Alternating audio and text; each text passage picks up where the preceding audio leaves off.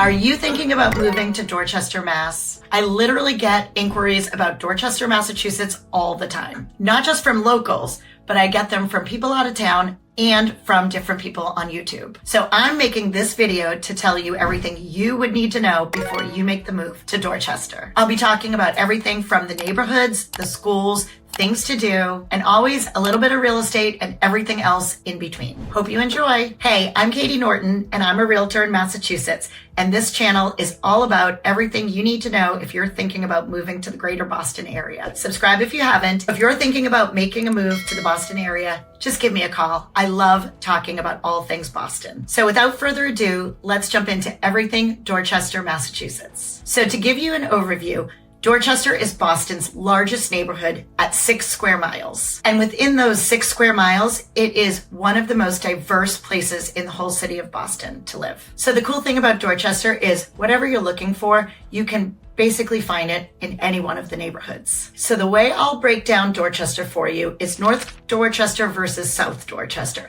Now, if you're a local in Boston, you do not refer to North Dorchester or South Dorchester. But for reasons for this video, I will break it down into the different neighborhoods that are located in North Dorchester and the different neighborhoods located in South Dorchester. So in North Dorchester, we're gonna have Upham's Corner and Savin Hill. So in South Dorchester, we're gonna have Fields Corner, Codman Square, and Lower Mills. So I promise I won't bore you with all the history of each neighborhood, although I probably could, so call me for that history if you're interested in the specifics. This video is gonna be a little bit more of an overview of the larger part of Dorchester with the little neighborhood. So I'm not going to dive into the specifics of each neighborhood, but I do want to highlight a couple. The first one I'm going to highlight is Savin Hill. Why is it called Savin Hill, you ask? Because there is literally a hill in the middle of it. So the unique part about Savin Hill is that it combines the waterfront with the rich history of a neighborhood. So when I say waterfront, I mean waterfront access. There's no literal homes on the waterfront of Savin Hill.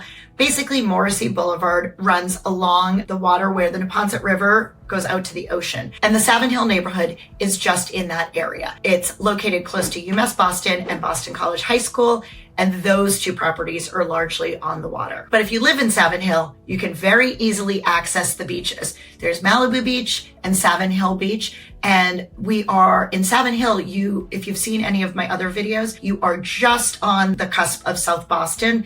And so it's just a quick walk over to South Boston to enjoy all those beaches that South Boston has to offer in Castle Island. If you really do love living near the water and you choose Dorchester, there's in all the different neighborhoods, they have their own yacht clubs. So to each neighborhood specifically, you could have access to a yacht club, the marinas that are there. You would just choose based on which neighborhood you choose to live in. So part of the reason that this community is so vibrant is, as I mentioned, you have easy access to UMass Boston. So you've got that student life, the professors are living in the Savin Hill area. The great thing about Dorchester and Savin Hill specifically is the easy access to the commuter rail or the Red Line. Both are within, a 4 or 5 minute walking distance. You might catch either one at the JFK UMass stop, and then it's about a 20-minute ride into downtown Boston.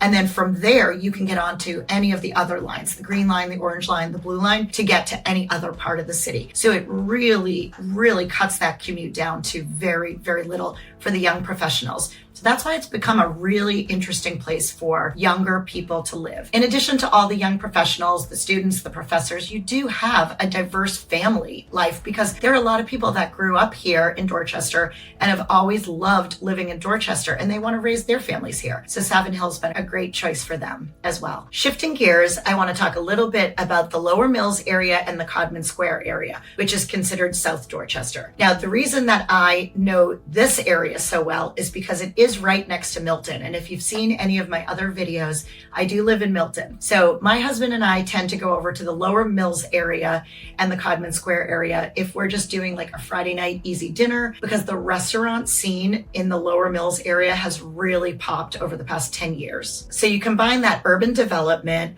with the retail stores that are already there And a lot of the stores that have been there for 10 or 15 years, you know, your local CVS, your local Stop and Shop, some of the pizza shops that have been there forever, everyone has stepped up their game because of this urban development that's happening. That area, as I said, has really come into its own over the past 10 years. I still live in Milton, but the thing about Lower Mills is it does have that suburban feel, but city living. So a lot of friends of mine who live in the Milton or Braintree area or Canton, where they raised their families, they're starting to move over to this Dorchester area because it's like the next step before you get all the way into Boston. Like I said, it still has that suburban feel that we're still looking for. So one real estate development that I want to highlight is called Baker's Chocolate Factory. If you're from Boston or you grew up here or your grandparents grew up here, you'll know that Baker's Chocolate Factory was a very famous chocolate factory back in the early 1900s. And the reason it was so successful was because it was right on the Neponset River.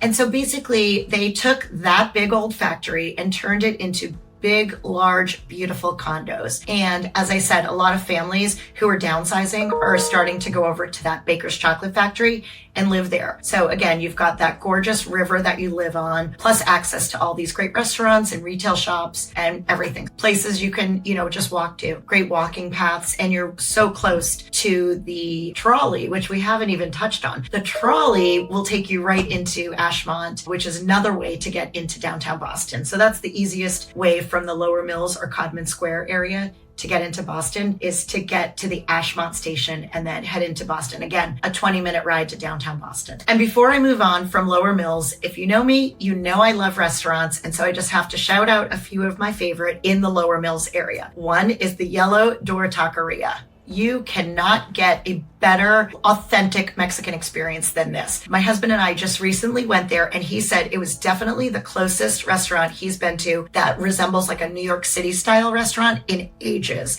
And we go all over the place. So that was like a nice compliment for them. Plus, we love to just sit at the bar and watch a sports game. So that's easy for us. The Bowery and Lower Mills Tavern are two places that are right next door to each other. They both have similar vibes. I love going there for lunch with my girlfriends or just a group of friends. And then our other favorite actually is in Adams Corner, which is just on the other side of Codman Square, and that's called Lucy's American Tavern. This is one of the only places that the five of us, my three boys and my husband and I, can all agree on.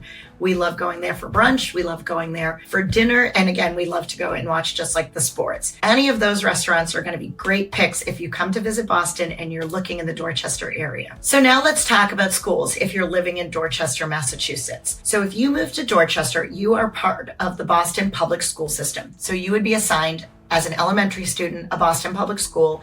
And then from there, you would go into the middle school and into the upper level Boston high schools. The unique thing about living in Boston is there's many private schools. Now, some of the Boston private schools are called test schools, and we can talk a little bit about that later. But a lot of the kids that grow up in Boston will try to test into these different schools, and some of them are ranked the highest in the whole country. And then the other option is your private schools to pay. And if you've watched any of my other videos that I talk about Boston College High School, Milton Academy, Thayer, the lower elementary schools, I can talk a little bit more about those in specifics to where you are going to move to. Sometimes you live in a neighborhood and you love the school system and that's super convenient. And other times you live in a neighborhood, but just two neighborhoods over, there's a better school that fits your child. And all of that stuff is very doable in Boston and all the suburbs. Okay, so now let's talk about the real estate in Dorchester, Massachusetts. As I alluded to earlier, there are really two main types of living situations in Dorchester. One is the triple decker situation and the other is condos. Now, you do have plenty of historic single family homes throughout Dorchester, but those are less likely to come on the market and they're less likely to come on the market at a reasonable price. We'll keep an eye on those in a different video. But for now, let's talk about living in Dorchester in a triple decker situation or a condo. So if you're not from the Boston area, a triple decker is just exactly what it sounds like. 3 homes, one on top of the other. They almost always lay out the same way. So what used to happen back in the day was that families would live in these triple deckers. And as the kids would get older, they would move upstairs.